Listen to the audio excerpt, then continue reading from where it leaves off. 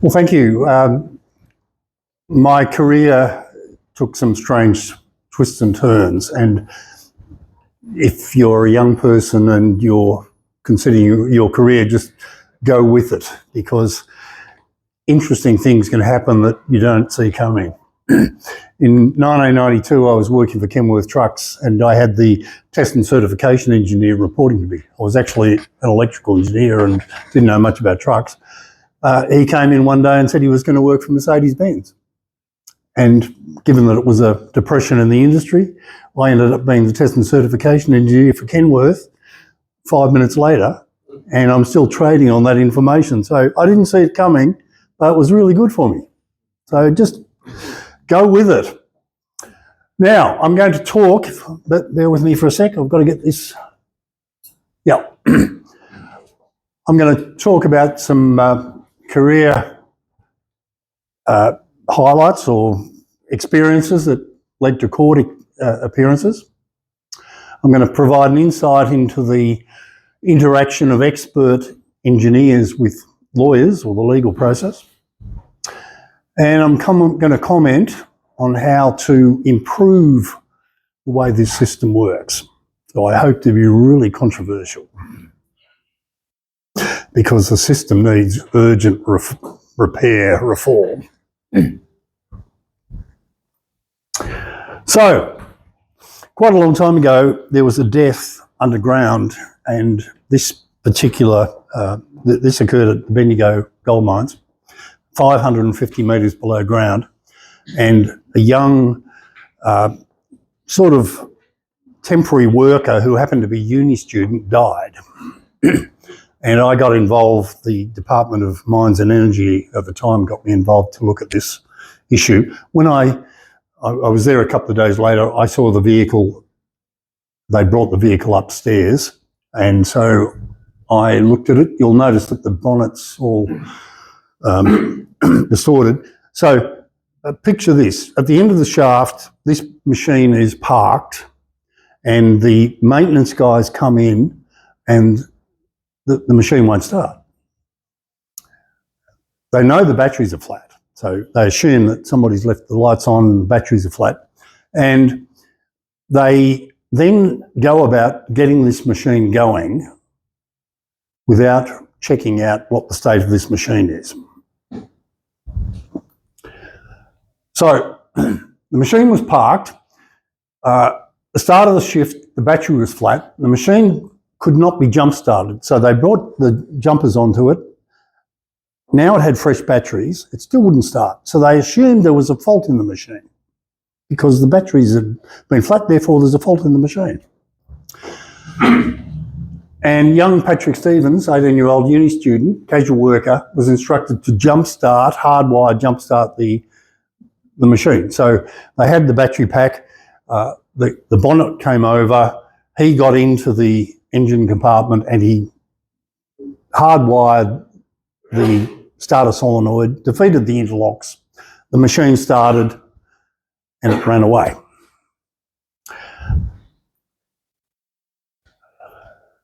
Sorry, I'll get the gist of this in a minute. Right, so I got involved. What am I going to do? I did the right thing, as it turned out. I did a test.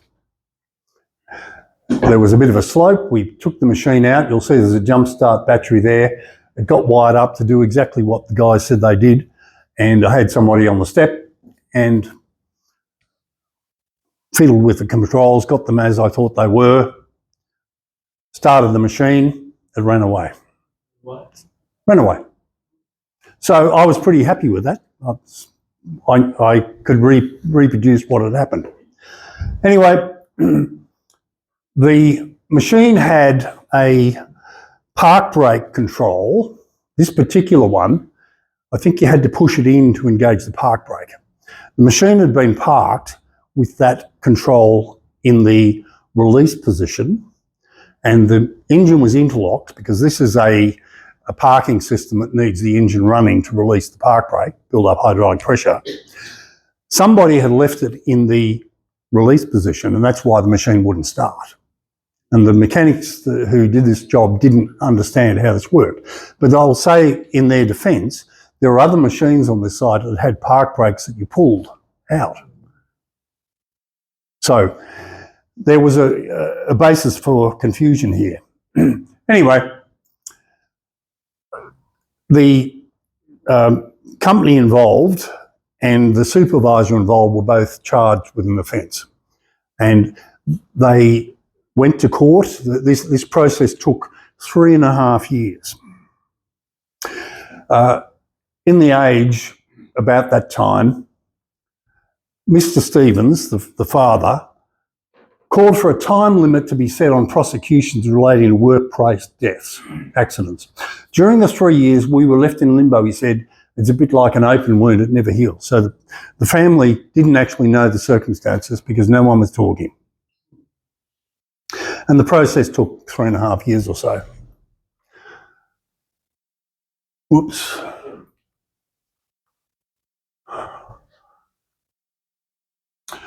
So eventually there was an inquest. It occurred the best part of 4 years later.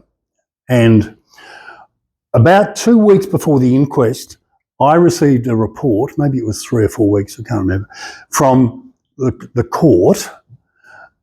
And this report had come from the chief engineer of Caterpillar in the UK, where this machine was built. And he said, I had done the test wrong. I had changed a human control, a control under human action when I was setting this machine up, and the controller saw my change of state and therefore allowed the park brake to be released when the machine started. That was his claim. And he said this in a report to the coroner. Under cross-examination court, he agreed that that was false. And he agreed that it was false because in the subsequent time, after writing this report, they had got a machine and they tested it. And it did exactly what I said. But in the meantime, I'm thinking, what did I do? Where are my notes here? My notes are shithouse. I've got some photos, but what was my sequence? So first lesson is, if you do a test for sure, but make sure that you document it and you video it so that you've got a record. Because I spent 4 weeks thinking, I'm going to get reamed here. There are serious barristers involved in this matter. I'm going to get reamed. As it turns out, it didn't happen like that. The coroner said, and this is a question the coroner asked, Dr. Hart, if you were designing this machine, what would have you done? So I went from one extreme to another. Quick question, Peter. Yep. Was it in Caterpillar's interest for you to be wrong? Yes, of course. And the point, I'll make this later, but this august engineer was not an expert witness in the system, and he had not corrected his report. And the coroner actually got stuck into him and the barrister because their barrister thought they'll fix this up in court. And there was no correction beforehand. If you're an expert witness, you are obliged to correct your opinion before it goes to court. It's in the code. And it's fair enough, because a lot of time and energy was wasted because they didn't correct the situation. Fires in evaporative coolers. I've been to court 4 or 5 times over evaporative cooler fires. And I've probably spoken to some about this here in the past. We had a spate in Australia of evaporative cooler fires, and the reason we had them was that the motor capacitors would fail. This capacitor has got, you'll see it's got a plastic case. You remember from your engineering 101, a capacitor is a very basic device. 2 plates separated by a dielectric. And to get lots of capacity, you make the dielectric extremely thin. So the industry invented this polypropylene self-healing capacitor that's got a layer that's a few microns, 10 microns thick or something. And if it breaks down, it sort of cauterizes itself. So we say the capacitor is self-healing. Anyway, this particular layer in the capacitor doesn't like temperature. It doesn't like operating in high temperatures because the polypropylene degrades. So after a while, you have a lot of breakdowns. You build up gas. Then you get some local heating because there's a sort of a short circuit thing going on, and the polypropylene sort of melts, and occasionally it'll build up enough pressure to split the case and it'll come out. So you've got a gas, and you've got a ruptured case, and you've probably got disturbance to the electrical system, which is probably going to cause a spark. So what could possibly go wrong with that situation? So, and there's a micro photo of these breakdowns that occur in these layers. And at the end of life, and by the way, for those who aren't into electrics, nearly half of the equipment you've got in your houses have got this circuit. It's an AC motor, 2 windings with a capacitor in one winding, and the capacitor adds a phase shift, so that motor knows which way to turn. And they leave it in the circuit. It's in your dishwasher, it's in your dryer, or you name it. It's in a whole lot of things that blow air or blow liquids. And in the evaporative cooler space, the problem is the capacitor gets put in a hot spot. It's in a box on top of the house. It runs more or less continuously on hot days, and in some of these designs, it's right up against the side. So it sort of operates in a 50, 60 degrees C ambient environment when the weather's hot, and the polypropylene layer degrades, so you get these little breakdowns. So it's an environment where you get lots of capacitor failures. This is a Brivus unit, and it was right up against the side in Brivus, and that's why they had so much trouble. It just got hot. Some of the other manufacturers were smarter. They put it in a cold air, not hot air. So you can get capacitors with 3 different grades. P0 indicates the capacitor type has no specific failure protection. P1, P2, there's some failure protection provided. So it's supposed to stop itself before it actually explodes. And the way that's done is the P2 type capacitor is in an aluminium case with a rifle groove at the top. And when the pressure builds up, the thing gets longer, and that breaks a contact inside the capacitor. So it turns itself off. The plastic ones don't have that. So eventually this became a crisis. The fire brigades around, particularly in the south of southern states, kept complaining that the houses were burning down. And Energy Safe Victoria figured out, to their credit, what was going on. The capacitors were failing. This took a couple of years, by the way. When are we talking about this? This is in the early 2000s, and Brivus, who were at the centre of this, because their capacitors were in a hotspot, were forced to recall. But they decided that they must have had a bad batch of capacitors. So I think up till, this is 2003, I think, they recalled a certain range, but the fires kept occurring in the later units as well. But they got away with it to some extent. The fire brigades all issued reports. Be careful, your house is going to burn down if your evaporative cooler operates all the time. This is what the South Australian Fire Service said. Extreme heat, a fire risk. House fire risk. Wow. Anyway, the problem has now sort of gone away. So in summary,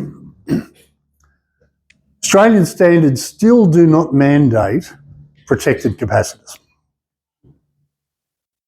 Despite this experience, it's still happening with dishwashers and dryers, some brands of dryers, machines that blow air to dry out wet places. They have a habit of going up. The evaporative coolers have got better, no doubt about it, because Energy Safe forced in Victoria the use of protected capacitors, and that then spread to other states. So all of the capacitors we now get have an aluminium case. But there was never any recall. There was never any public statement that we really should get rid of these capacitors. Well, maybe there was some public talk about it, but it never happened in practice. There was no campaign to get rid of plastic capacitors in evaporative air coolers. Several hundred houses were burnt down. A handful of insurance cases went to court. I was involved in some of those, mainly Brivus. The Brivus company actually sold its business to another company, and when it sold it, it said, we've solved this problem with our recall back in 2003. And then they kept occurring, and then there was a legal battle between the old company and the new company over this. So it was quite a mess. I'll come back to that in a sec. That's the next slide, but I just want to say that it's really it was a failure in process here, that the industry knew what the problem was, but we let the community down because we didn't get rid of these plastic capacitors, and we still haven't. Now, this is a busy slide. I'll try and get rid of that thing on the side. So I'll take a bit of time talking about it. So what I'm going to do with my presentation, I'm going to have some examples, then I'm going to talk about how the system works as I see it, then I'll go back to examples, and then I'll talk about what we might do about the system. I've been involved, a lot of what I've been involved in has been insurance company related. So an insurance company suffers a loss. It has to do something about it quickly. There's a client. The client, so down here, the insurance company will try and understand the loss, and it will try and clean up or deal with the client. Does the client need to go to a motel? What do we do with the house? How do we make it safe? They send in make-safe people. And the make-safe people, half the time, will destroy the evidence or some of it. For example, the fire scene people want to know what windows are blown out. And the make-safe people want to sweep up the glass. So there's a whole lot of issues there with training the make-safes and the insurance investigators to be focused on evidence. The insurance company gets someone to look at it, a fire scene examiner, occasionally someone like me in a truck fire directly, and this takes a couple of weeks. You know, I'm about to go to the Gold Coast to look at a burnt out electric car, and the fire occurred 6 weeks ago. So it takes that sort of that amount of time, and then you go through a process. You produce a report. Maybe there's some discussion with witnesses or with other experts, and so after a couple of months, there are reports. The insurance company decides it's going to pursue this because it's interested in helping someone else helping it pay.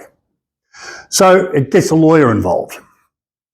And, you know, talking point, this is 2-3 months down the track, typically. And then it gets complicated because the lawyer's interested in protecting the company's interests and whatever, so other considerations come into it. Then at the 1 year level, there's some recovery action. Somebody's decided to sue somebody, and there's some formality about these reports. There are interrogatories. We enter this new stage where there's a lot of legal formalities, and this is very slow. Necessary, but slow. And then you get to a stage, and by the way, at the top, I've sort of said how many cases I reckon, in my experience, get past these stages.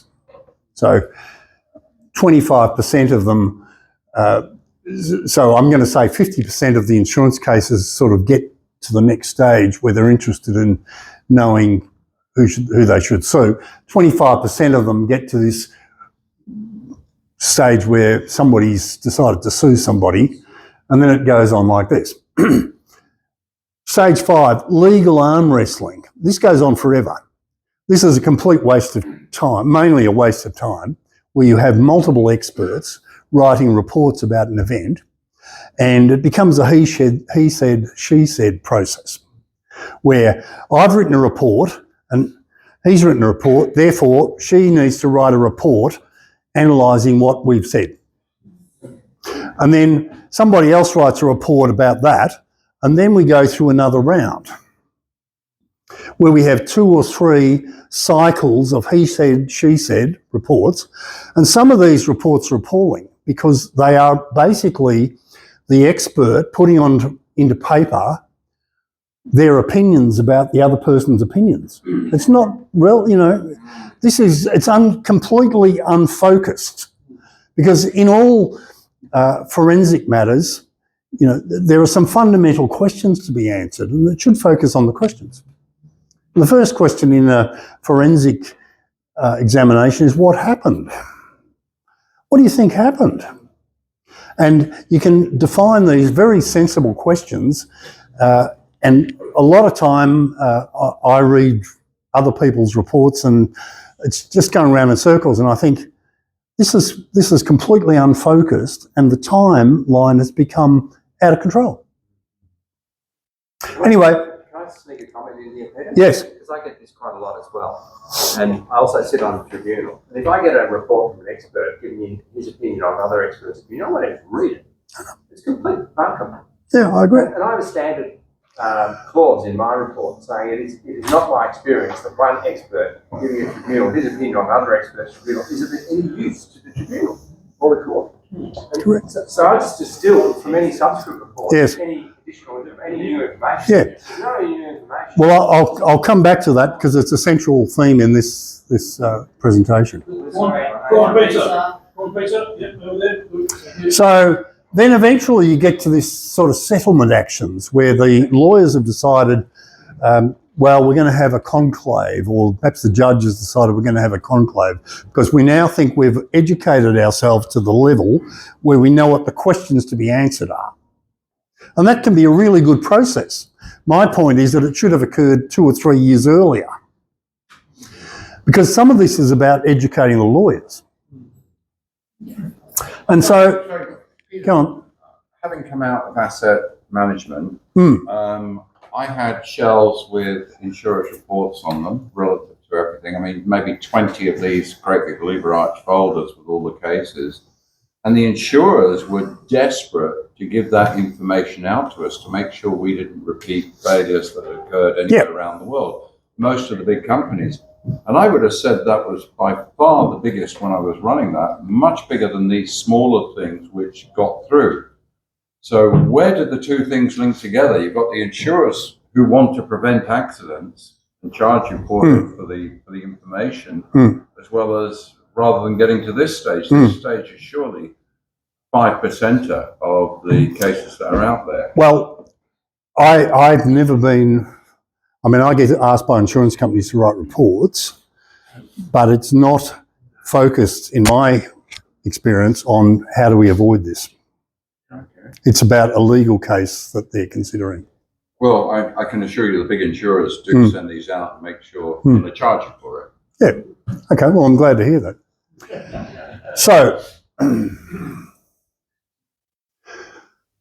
the purpose of the legal system, as I understand it, not being a lawyer, is first point is to settle disputes where somebody says that A owes B money, and also the Crown claims that A is guilty of an offence. So that part of the court system is focused on a particular question. Should this person pay that person money?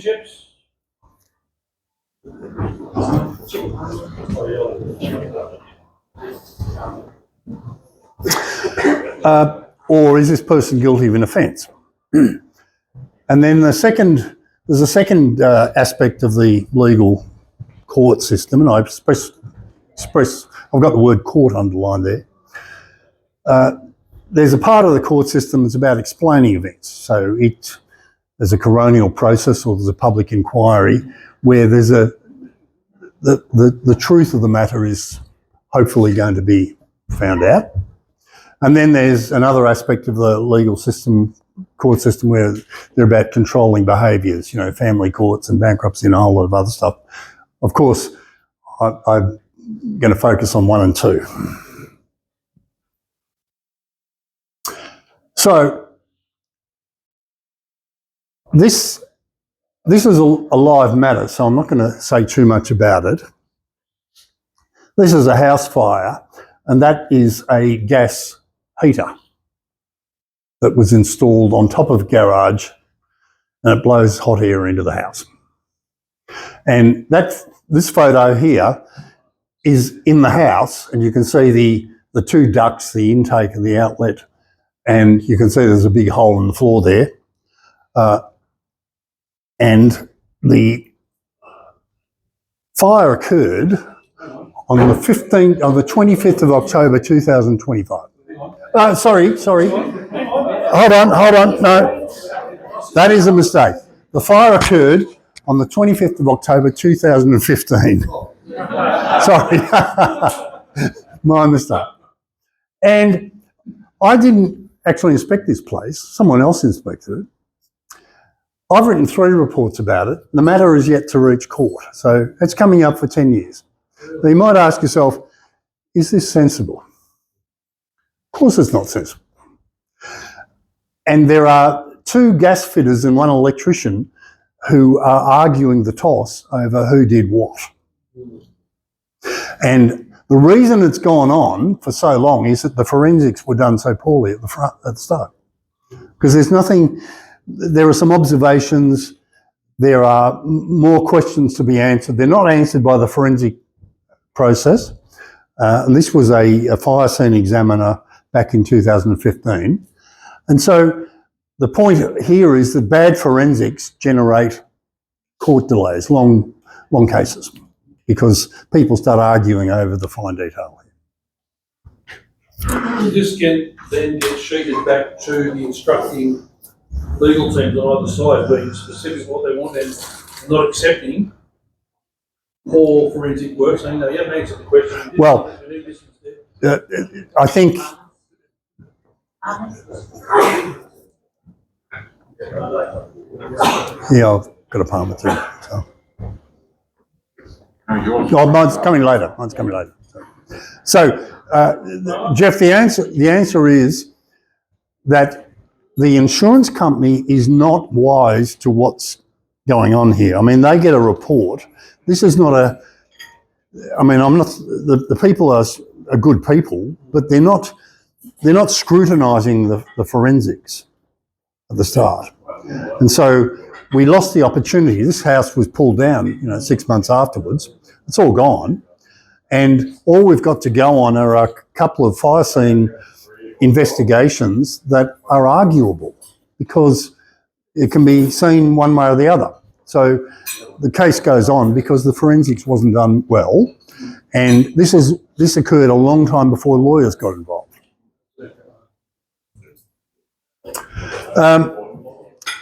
This is another gas heater that turned up in court.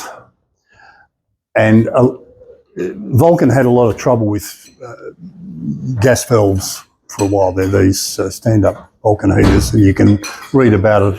You can Google this if you want to read about it. And I remember a lady got burnt in this fire, so it was quite a big claim, a big issue. And it got to court. 3 farmers. Put your hands up. 3 farmers.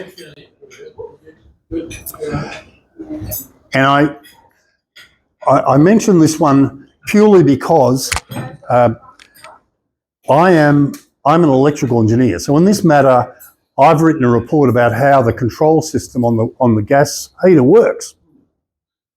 Because you'll see that there's a bit of wire that is associated with that gas valve there, but there's also mechanical things. And so the first question that I was asked by a barrister in court is, what is the pressure in a gas main? And I've always thought that was a really good question. I purport to know how this gas valve works. And so the barrister wanted to know whether I knew what the pressure in a gas main was. And if I didn't, I happened to know what it was. I just thought, this guy has thought about this. What's the one question I can ask this expert that might put him off his game completely? Because if I have said, oh, you know, it's 10 kPa or something, which is wrong, he would have said, Dr. Hart, you don't know what you're talking about. So I just thought that was a really good question. I had another example where a fire in a Honda car that probably started because one of the kids put a coin into the CD slot of this car and it worked its way down and short-circuited things. That also went to court, because things that go to court are often involving large companies. Motor car companies will fight pretty hard. And in that matter, a barrister gave me the radio CD player in its cradle. So there's a metal cradle that's built into the car, and the unit goes into the cradle and it clicks in. And the barrister wanted to talk about the unit, but decided to give me the unit in a cradle and then said, Dr. Hart, could you take it out of the cradle for me? And I had to figure out what bits I had to push so that I could get it out. And eventually I got it out. It took me a while. And as an aside, a funny aspect to this, I cut my finger when it came out. I had a small cut on it. So I'm bleeding. So I was able to turn to the judge and ask whether there was a blood rule in court. And he said no. But I thought that was just a little trick. There's a lot of theatre going on here in the court. Another gas heater matter that went to court. This was a Braemar unit, and I don't need to go into the details of this, other than to say, after 4.5 years of investigation, Braemar discovered documents that they hadn't discovered before. So this was about 4 weeks before going to court. This box, I remember it well, I went to the lawyer's office, they had a cardboard box full of documents that had just been discovered. And this was maybe intentional, maybe not, but it was certainly off-putting. And in the middle of this box of documents, I found a field investigation report to do with a fire in, I think it was Bendigo or somewhere, Bendigo, and I saw some similarities in this report to the one I was dealing with. So I thought, this is potentially relevant, but I can't get this into my report because it's too late. So under cross-examination, I casually said, and my words were something like, I think this situation was very similar to the Bendigo fire. And the judge said, what Bendigo fire? Oh, Your Honour, there was a report in the box I just got last week about a fire at this place. Anyway, the barrister for Braemar got up and said, you cannot introduce new information. This is not, we don't know anything about this thing. And the judge looked at the barrister and said, it's your report. And it all went downhill from there. So I'll just make the point, quite often as an expert witness, you want to get certain points out that you think are important, but you've got to be careful about how you do it. You can just drop the odd little point in cross-examination, something that leads them in a certain direction without being too explicit. And is that your intention, or that? yes, no, it was definitely my intention. Yeah, because I didn't know how to deal with it, and he gave me the opportunity because he wanted to cross-examine me about this house and about the patterns and whatever. So I just said casually, I think it was very similar to the patterns in the Bendigo fire. They took the bait. He took the bait. The judge said, what Bendigo fire? And then that was downhill from there on, because they actually had a serious discussion in court about whether this was admissible or not. and I got sent out for a while. A couple of years ago, I think it was 2022, there was a crash on the Monash Freeway, and this involved a truck and a car coming together, side-swipe crash. And this guy was charged with dangerous driving causing death. And I don't think there's going to be an appeal in this matter, so I'm just putting this up. The truck involved it's a display truck. So see this Cranbourne West now open, it's got a display board on it, and you'll notice that it's a very wide tray. They've taken up the 2.5 metres because they want the display to be as big as possible and to have a bit of an angle to it. So somehow or other, that corner there has come into contact with that part of the car. And the car, and it's actually damaged the wheel area, so the wheel was locked up to some extent, and so the trajectory of the car became unstable, and the car went off to the right, and it was hit by another truck that came through. And so all this damage at the back is from another truck, and there was a young woman was killed in this car. And so I got involved in this. I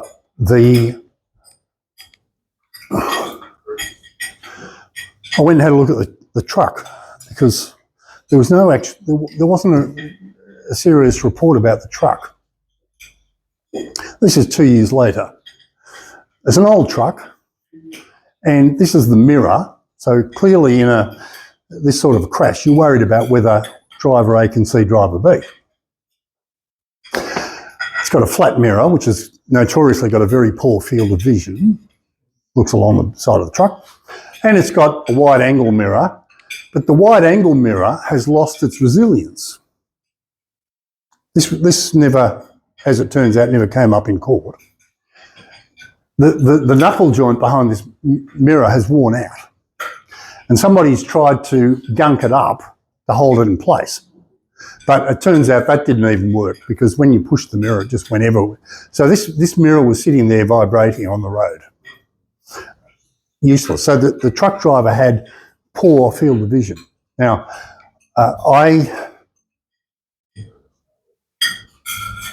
So in summary, I wrote a report about it for the defence. The defence's, their story was that the car had changed lanes and come close to the truck. That the truck was going straight, the car came and hit the truck. And the prosecution's story was that the car was going straight and the truck came across and hit the car. Anyway, yep.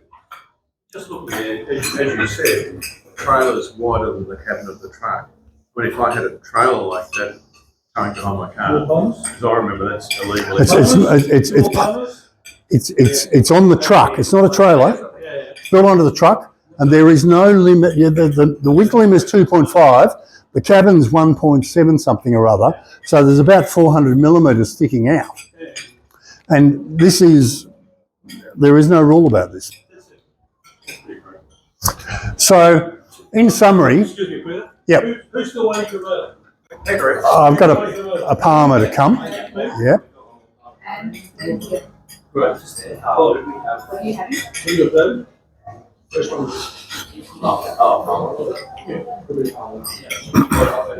Thank you very much. There's two of them. So, in summary, the truck driver was eventually found guilty of dangerous driving, but my report that I wrote for his defence lawyer was never discovered. It never went to court because it wasn't convenient to the case that the defence lawyer was put into the court.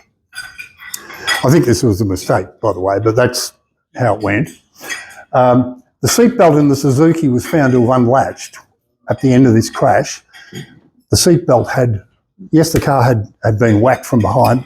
The seatbelt was was unlatched, and that meant that the victim came forward and hit the console. And furthermore, the front airbags in the Suzuki car didn't deploy. In my view, the investigation into the fatal crash was incomplete, because there were serious questions relating to the survivability in this situation and also the roadworthiness of the truck. To my knowledge, there's no proposal to hold an inquest, because when matters like this go through courts and someone's found guilty, the assumption is that everything's been discovered that needs to be discovered. That's quite wrong. Well, the point of, yes, and there was an adequate technical discussion. So the point I'm wanting to make is that, that's another thing. The point I'm wanting to make is that when the part of the court system that deals with settling disputes isn't focused on root cause. It's asked to adjudicate on a particular dispute, and it does so on the basis of the evidence that is presented to the court. There might be a whole lot of other evidence, but it doesn't see it. So I'll come back to that a bit later. This one, when this idea started, Jeff and I were talking about the Ferntree Gully Bridge incident. So I'll just, for those who aren't as old as we are, back in December 2011, there was a fairly major piece of bridge hardware that appears to have come off an over-dimensional truck that was carting this bridge. You'll see why in a moment. Anyway, it whacked the Ferntree Gully Road overpass pillar, and it also, the truck that stopped, the cement truck up there, ran into the side of the bridge, the beam. So this closed the Monash Freeway for 24 hours. So it was a pretty big deal.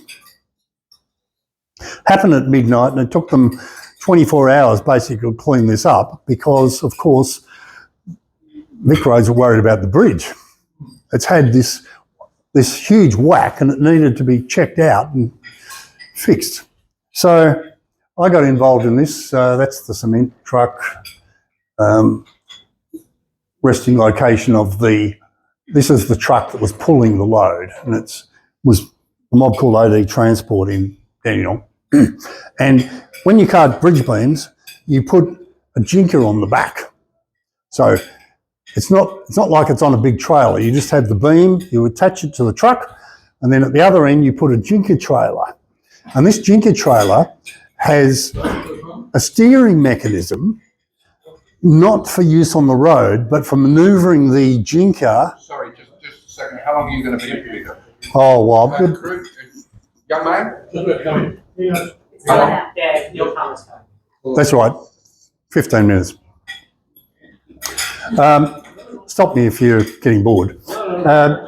Anyway, they attach the beam to that rectangular bit at the top, and they strap it on.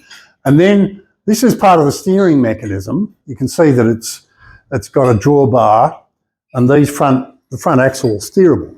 So they strap this onto the beam. So they put a collar on the beam, and they have a mechanism of holding the drawbar up onto the beam.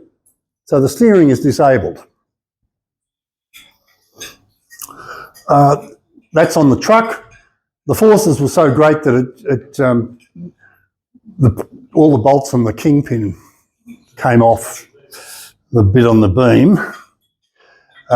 The thing that was locking the steering, the jinker in this case, there was a pin. This is the main pin to hold the drawbar onto the beam, onto the collar of the beam, and you'll see there's a spring clip. And in a nutshell, the spring clip wasn't properly pushed over centre mechanism, and it came loose. And the truck's going along the road, and all of a sudden, the drawbar falls down onto the roadway, and the steering becomes unpredictable, and it steered itself to the side of the road, given the shape of the situation, and the beam, and it rode up on the barrier, and the beam hit the bridge, and then it all broke. A whole lot of things came apart. So I just want to make the point that when I'm looking at something like this, I'm asking myself, how many protections are there against failure?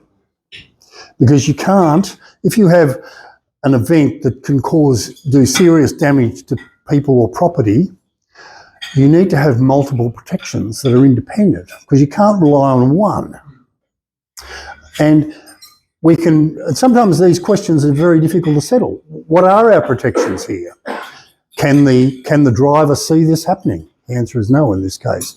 But sometimes you might have a couple of protections, but you say, well, if one fails, the operator will see it going towards catastrophe and will stop. That's not the situation here. So you should, as a rule, have 3 independent protections against catastrophic failure. Now, there's plenty of examples that we can come up with where there aren't 3. But as a starting proposition, that's my position, you should be able to identify 3 protections. And if you go, in the truck world, there's vehicle regulations and there's occupational work health and safety regulations. And this one falls into the work health and safety regs. And in the Victorian regs, it says you've basically got to make sure that you control the risks. You identify the hazard and you control those risks. And virtually nobody I'm aware of actually writes this down or goes through this process. A lot of companies just don't see, they don't identify the hazards, they don't control the risk properly. They sort of do in their heads, but they never write things down. And when a problem comes, WorkCover comes and says, well, where's your hazard and risk assessment? And I'll come back to another example of that in a while. So you can go and look at these regs. They're all there. I think it's relevant to what we do because we're often asked to write reports that go to the question of hazards and how the risks of those hazards were controlled. And it may be that the machine is not legally usable because the risks haven't been controlled. So I want to talk about experts and their obligations. There's 2 things, 2 basic areas we've got to worry about. One is we've got a code of conduct. At some stage, your report may end up in court. So sometimes the insurers generally don't require you to declare a code of conduct. But you should, in my view, because you should tell the insurer that you are going to be independent. And they mightn't like what you're about to write, but that's how it is. That's the rules. You've also got instructions from lawyers. And the lawyers often try and get around the code of conduct aspects. And in my experience, they will try and restrict your attention to questions that they ask, and the questions are relevant to their defence of the case. There's a whole lot of other things you should be able to say, but they will try and restrict you by saying, no, your instructions are to answer these questions. And you as an expert trying to comply with the code, you still have to get your opinions into this report in your answers to the questions. I also have had my opinions micromanaged. So the other thing that lawyers will do is they will say, you'll go through multiple reports. It's happening to me as we speak. I've got a matter that's been going on for 4 or 5 years, and I'm up to my 3rd report, and to some extent they want another report because they don't really like what I wrote beforehand. Now, they're not telling me to change my opinion, but they've educated themselves about the issues here, and they've now asked specific questions that they just want me to address. And they don't want me to refer to my previous reports. So there's an issue there. Am I going to go along with this? I'm going to get my opinions into this last report, but I'm just pointing out that I'm being managed, and I know I'm being managed. I've also had in the last 12 months a lawyer who gave me a written critique of my report with 47 suggested changes. And I told him in a conference, you can't do this, mate. This is not acceptable. Peter, can I ask? Yeah. Your previous reports are discoverable, aren't they? They are. They are discoverable if the other side knows they exist. And so the smart lawyers will ask. Not in New South Wales. There you go. The short answer is yours operate on the basis of faith. Yeah. Yeah.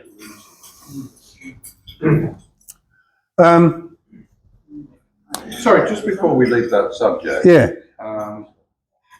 I'm listening to you saying that you want to get your opinion across. You made a point of making that you got your opinion across to the similar case in Bendigo to the one you were doing. How does that fit with the code of conduct?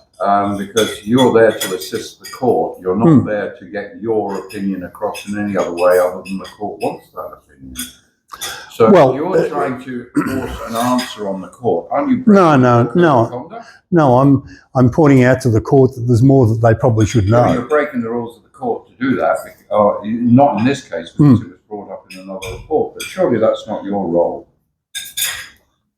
Well, the code of conduct requires me, firstly, to assist the court, and it says something about I will not deliberately withhold any information from the court that I think is relevant. Done all the investigations that are considered necessary to get the report out. Yeah. And that should be included in your report. And your report. But at the time I wrote my report, I didn't know about this other matter. And your report should be between you and the lawyer or barrister that you're doing it, and you should have controlled the questions you're going to be asked in order to do that report.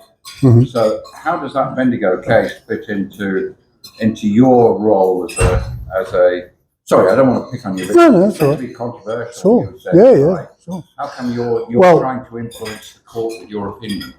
Well, I think it was relevant to the court's consideration, but there were other matters. So, regardless of what you're asked, if you have another opinion, you should be ignoring your lawyer's instruction and putting your opinion across because you want to get the answer you think. Yeah, I mean, your primary duty is to the court.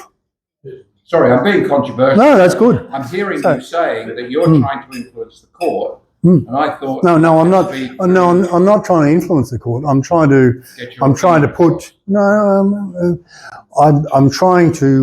ensure that things I know that I think could be relevant to the court's considerations are in the court's domain. Gentlemen, I think this is the 5-minute argument, not the full half hour. It might be 5 minutes. Oh yeah, righto. Anyway, Don't start the new one, Peter. right. Okay, I'll have a little break. Good. And there's a bit more to talk about. We'll come back in maybe 15, 20 minutes. And I just want to get some water.